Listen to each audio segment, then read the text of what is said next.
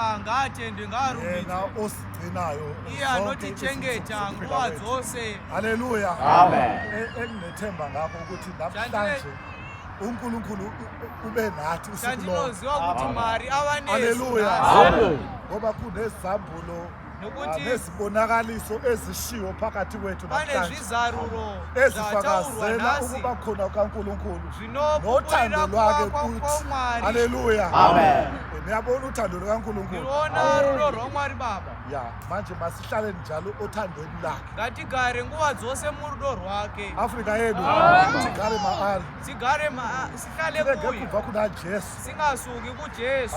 hanzi moyo wangu rega kubva kuna Jesu Twa nhliziyo Mwari yako zvose ungasuki zvakaita sei kuJesu. Uva kuye haleluya Amen. zvinopa chinobva panapo umwe neumwe lapesosiwa khona lapha omunye nomunye ngatishingirire masiqiyelele kubatsira muranda waMwari ukusiza ixeku yakhe enesipongosho seAfrika. ndo basa ratakamirwa muno muKZN Yona umsebenzi esawubhalelwa khona hatina lapha chimwe eKZN. chatakadaidzirwa muno Akukho okunye esakubizelwa thina. haleluya Amen. ndinogara ndichiti we are not here to make money Ngihlale ngisho ngithi asikho lapha haleluya ukuzokwenza. we are not here for money Asikho lapha we are not sizokwenza here imali. to make money Asizile lapha ukuzokhanda but to umnotho make a difference kodwa ukuzokwenza ubulungiswa. hallelujah Amen. to make a difference Ukwenza umehluko. that's what we are here for Ilokho esikhona lapha. hallelujah Amen. vanzi dzirisamarudzi ose Twa ndifundise izizwe kuchengeta zonke. zvose zvandakakurayirai Ugcina ini konke ngandalira tarirai khona. nemazuva ose kusvika Ngani paguma kwenyu nginani ukuze kushaya. haleluya Amen. zvino tinokutendai vanhu veKZN Ngiyabonga munakuya abantu mese base-KZN anizanga no. haleluya vazhinji ndo vasina kuya Abaningi ibona bangezanga. vazhinji havana kuya Abaningi abezanga.